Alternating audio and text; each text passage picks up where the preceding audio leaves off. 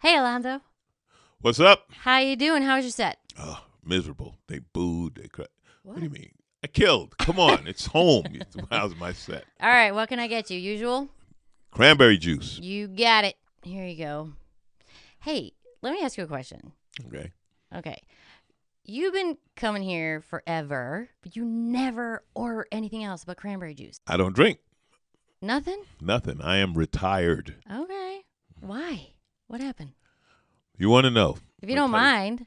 No, I'll tell you a story. Okay, I'm ready. So back in the 80s, before you were born, cocaine was a thing in the 80s. And I was on the 80s timeline. I started doing cocaine in 1980 when it was fun and you do a gram, half gram, the weekends and this and that. And I ended up in the late 80s, 87, 88. I'm a crackhead. Now, Shit. what happened was I bought a rock. Now, when you buy a rock and you're a crackhead, there's an excitement, there's an anticipation for that first hit, right? Yeah. So you go back home and you fire up the pipe, and I knew right away this wasn't cocaine. It's what we call bunk. It was a fake rock. Oh. So I got to go back to Crack Alley, and I'm looking for this guy. Now, let me explain. Crack was a street drug sold on the streets. You drive down a street, and there'd be crack dealers all over. It's almost like you had your choice, like who looks like they got the good rock, And now I'm no gangster. I ain't got a gun. I'm not gonna kill. I don't know what I was thinking, looking for him, but I'm going back, and it ain't Nordstrom. There's no refunds, but I'm going back. So I hit the street right when the cops do a sweep. Now, when the cops did that, they came from every direction. There were police cars coming from both ends of the block. There's cops running out from buildings all over the place. There's cops. So I'm like, I had to get rid of this rock. So I throw it out the window. It hit the gutter right above the window and landed in my lap right when the cops shined the flashlight in my car. I was done, right? I didn't try to run. I wasn't going to try to. I'm busted. Every addict has a line. Everybody has, a line you don't want to cross. Yeah. Mine was jail. I'm not tough, all right? I'm tough in the valley. I'm like badass in Sherman Oaks.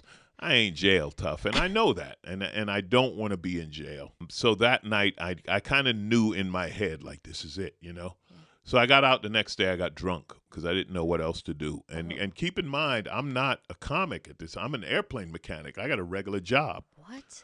So that Monday, I had gone to rehab once. I went back to the rehab, and that started my sobriety. Yeah.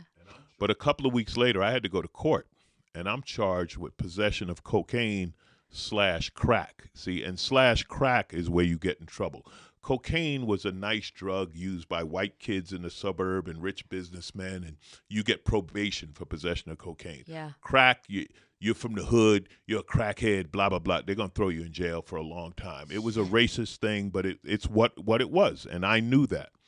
So I'm sweating it. I got a public defender. He's, the typical overworked, got 100 cases on his desk, and he's like, you got to plead. How you going to plead? And I think he saw the fear in my eyes, and he's like, wait, nobody told you? And I'm like, what? Told me what? He said, well, the bad news is you got ripped off by a drug dealer.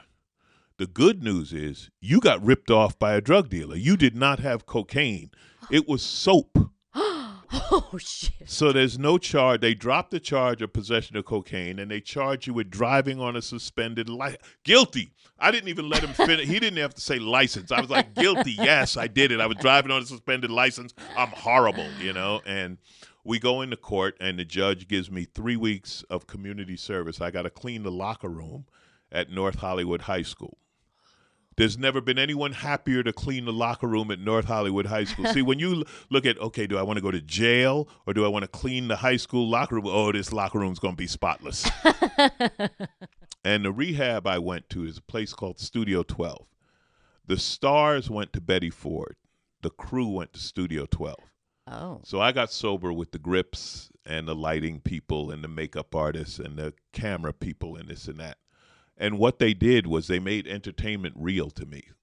See, I could always make people laugh. That's a natural talent. But I never thought of being a comic. And they were like, you want to be a comic? You could do it, And I tried it, and I loved it. And when I say I loved it, I had no doubt that this is what I'm going to do. It's the new addiction. And now, here we are, 30 years later. I'm killing at the club. I'm a regular here, and yeah, so that's why cranberry juice. I love it. So do I, actually. Cranberry juice is great because it looks like a drink, but you're not actually having a drink. So most people don't ask you why you don't drink. You, however, are somewhat nosy, really, to ask that question. It's surprising, and yet here we are.